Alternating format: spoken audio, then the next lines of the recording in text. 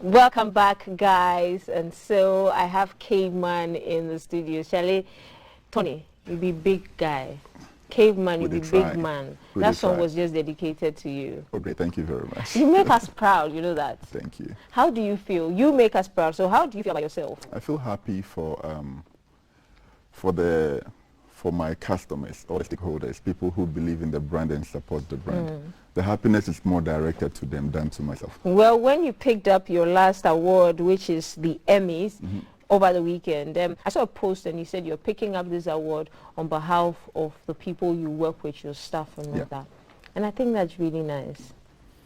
Oh, that's what it is actually. We have the ideas, we have the passion, the dream, but without the staff, without the workers and the people who patronize and support the brand, I really wouldn't be able to achieve anything. So yeah, that means more to me than even the... Okay. How many people do you work with? Do you have an idea? Probably about 13, 13? 14, yeah. So you employ 13 to 14 people? Yeah. Wow. Have you seen what's happening with the immigration service and the fire service with the recruitment process? Have you seen this? Yeah. Charlie, so you've taken 14 people out of the unemployment bracket to the employment bracket. Thank you.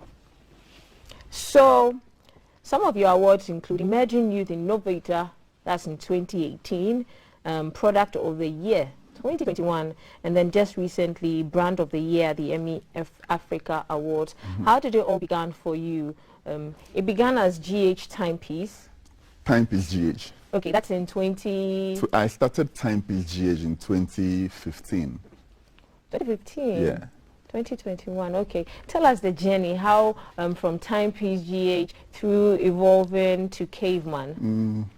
So Timepiece GH was quite almost an accidental business. I mean, I was unemployed looking for opportunities and then I just happened to buy a watch. I didn't think I was going to buy the watch for business reasons. I just bought the watch to wear. That was the first time in my life buying a wristwatch. I never liked watches till then. You know, and the watch was a 50 cedis. Okay. The watch was 150 cedis, and I had 50 cedis on me. Okay. And in my mind, I was like, why is a watch so expensive? I mean, I can tell the time on my phone. Why do I have to spend 150 on a watch? I left that shop, and then I remembered seeing somebody selling a watch on social media for 50 cedis. I called the person, and I bought the watch. I just wore the watch, took a picture of it, and somebody saw the picture and said, oh, nice watch. Are you selling it? And I said, yeah, why not? I was looking for opportunities. I mean, I tried businesses that failed during that time. So I just sold that watch for 50 cedis. I bought it for 50 cedis, sold it and made some profit. And then it was just like a light bulb moment for me. I'm like, okay, I could make business out of this. So I called a seller to come back, and I bought 2 more. Sold a 2, and I bought 3, and I sold 3, and I bought 4. Then I got into selling watches generally. But these were all imported watches, you know. So I kept adding value year after year. A year of just selling watches, I decided to add value, change it up a little. I moved into repairing watches. After repairing watches for some time... Pause on. This is you not having any background whatsoever in how to make watches? No background. Okay, so how did you start repairing the watches? So you have to start by my curiosity. You know, I'm a very curious person. I break things apart a lot. So when I was selling watches, and I had all these questions in my mind. How do watches work? How do they function? How are they made? You know, I broke a lot of watches down, trying to reverse engineer them. So yeah, it was curiosity leading to one thing. Then I started learning watch repairs. I go to the roadside watch repairers, become apprentice to them, learn how to fix watches. And after some time, I took it a step further. I became an apprentice to a shoemaker in Cantamanto because I wanted to learn leather craft. Do you remember his name? I don't remember his name. Okay. I would go and look for him one of these days. You should. So I realized that a lot of people had very good watches, but their leather straps were bad. So I said, no, let me learn how to make leather straps. So I learned that. So it was, I mean, one thing after the other. I kept learning, adding value to my my business. So after 3-4 years, I said, no, I think I know enough about how watches are made. Let me take it a step further. And the fact that I couldn't find any African-owned watch brands. I was selling hundreds of watches, but none of them were African owned. And I was really curious. So me, when I'm curious about something, I would want to put a foot in there, you know. So yeah, I was curious that there was no African brand, and I started doing my research, and I got interest to, you know, start my own brand. And that's how Caveman That's how Caveman started. came. Right. And when you were coming here today to the studios, did you encounter traffic? Heavy traffic. Okay, so pause on that. So this is a directive communique from the Ghana Police Service. It says that ongoing road construction on the Spintex Road Flower Pot area has resulted in heavy vehicular traffic on that stretch. The construction has affected some sections of the road, leaving a narrow passage for road users. The police administration wishes to advise motorists using the affected roads to exercise patience and follow the directions of police officers deployed to control the traffic. Meanwhile, the police are engaging the Department of Urban Roads and the contractor concerned to help manage the situation, including they considering the possibility of working in the night for an early completion. This information has also been shared with media houses for them to notify the motoring public of the situation. Members of the public may explore alternative routes where possible. This is from the Ghana Police Service, guys. There's traffic on the Spintex Road Flower Pot area. So you might want to get on your Google app and check where the traffic is and where's not, and you might want to use an alternative route. Okay, so back to you, Caveman. And so that's how Caveman was birthed. Yeah. The first Caveman watch you sold, do you remember how much you sold it for? That was my Blue Volta. I think the Blue Volta was the first Caveman collection that we introduced. And the woodpecker watches. The Blue Volta at the time was 250 cedis. Yeah, that's how much the Blue Volta was. That's how much it sold for? Yeah. Right. You mentioned you work with between the staff force of 13 to 14. Yeah. Run us through how your normal day at your factory looks like. Okay, so I get to work, check what everybody is doing. I have a long list of orders on my table. I imagine. You know, because we have we give people the chance to customize the watches how they wish. Somebody wants the interior of the dial to be red, to be black, to be white. So we don't just sell off the shelves. Okay, that's a video. Okay, on I our think screen. we're making leather straps. Okay. Yeah, so we don't just sell off the shelves. So many variations in people's orders. So I have to take care of those a lot. Yeah. So I do a lot of that. Once in a while, people come into the shop. They want to talk to me directly. I would have to. It's a lot of that. How many watches do you sell in a day?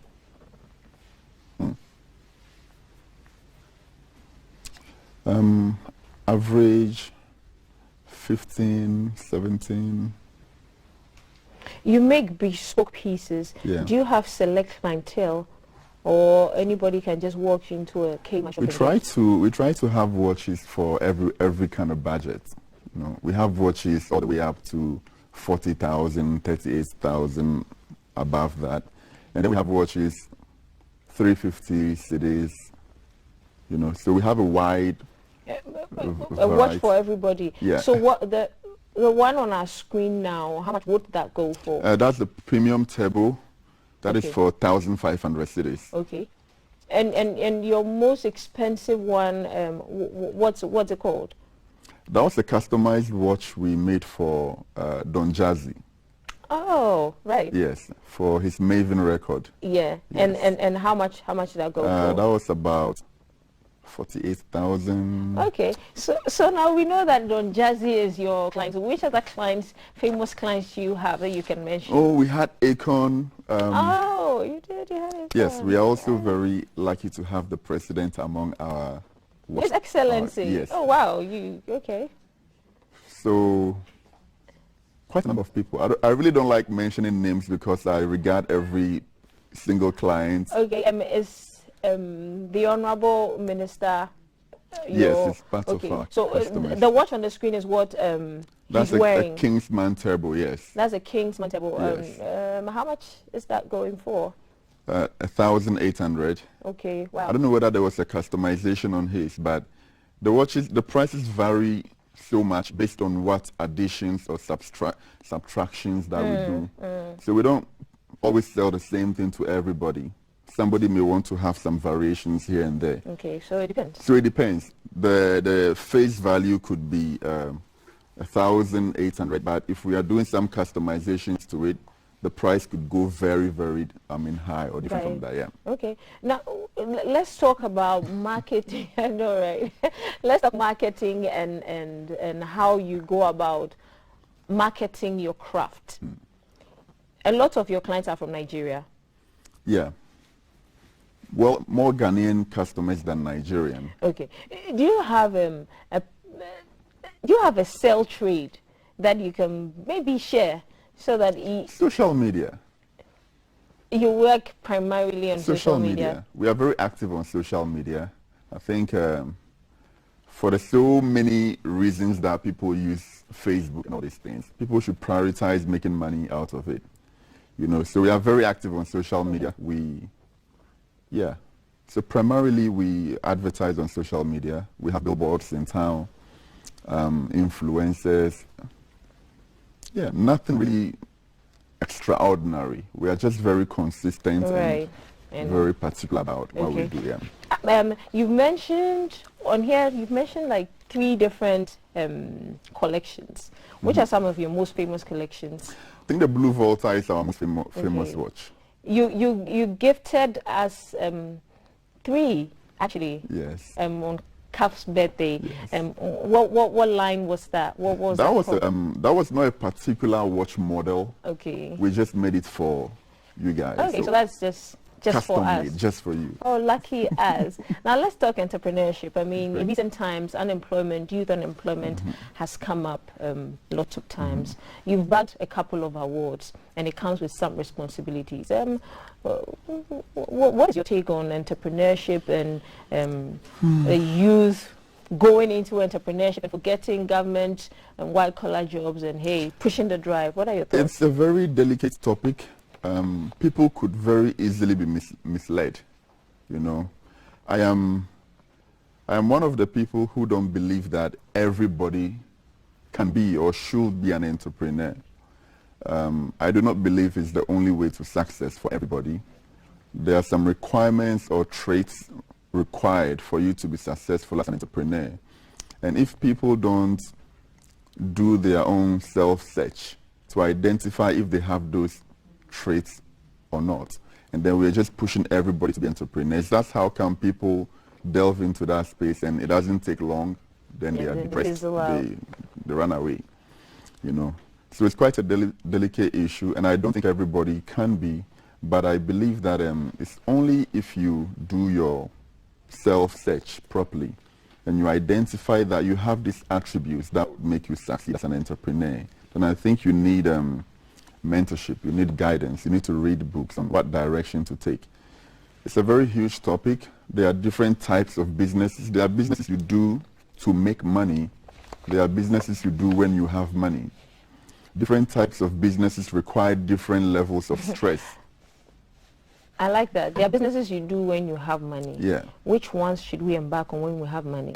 And which ones for example, when I see somebody starting business for the first time and decides to run a restaurant, I don't think you should run a restaurant as a new person in this terrain, because it requires some level of stress management. It has a lot of components, such a business as a restaurant.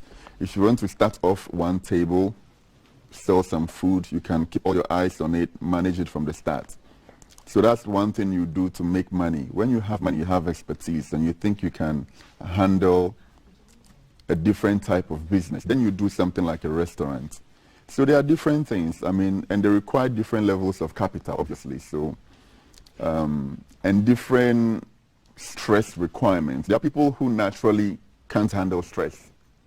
If you push all those people to become business people, they won't survive. Sure. Do you get it? Right.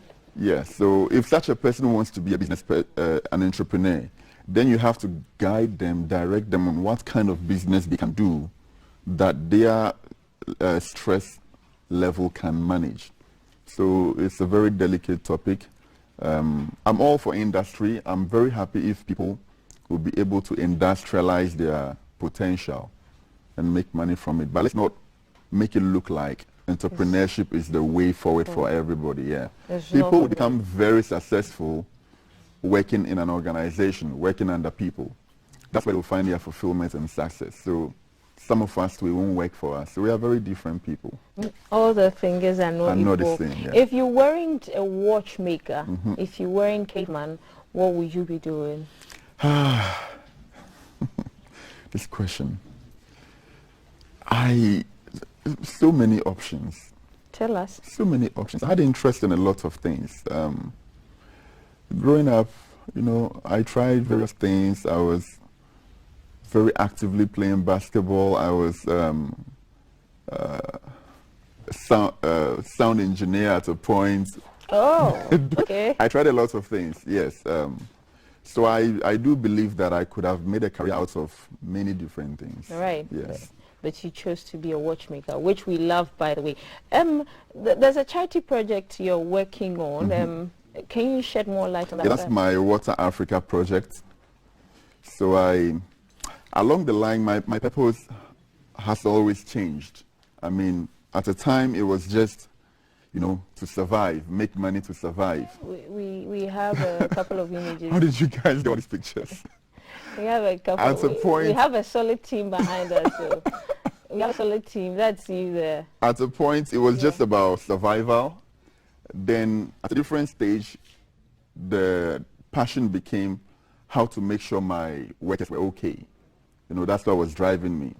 Then it got to a point where I had a bigger picture. I said, no, I do believe strongly that it's not only the government that should be making, developing the country. With the private business people, there's a huge responsibility on us to impact our communities. So I said, no, if I'm doing well in my field and I'm able to pull some resources, let me judge my success by how much impact I'm able to also make on the environment. Yes. So we took this Water Africa project where we dedicate a certain version of all our watches. If you have a caveman watch that has the Water Africa indication inside, that means a percentage from that watch has gone into the funds that we use to drill boreholes in the rural areas.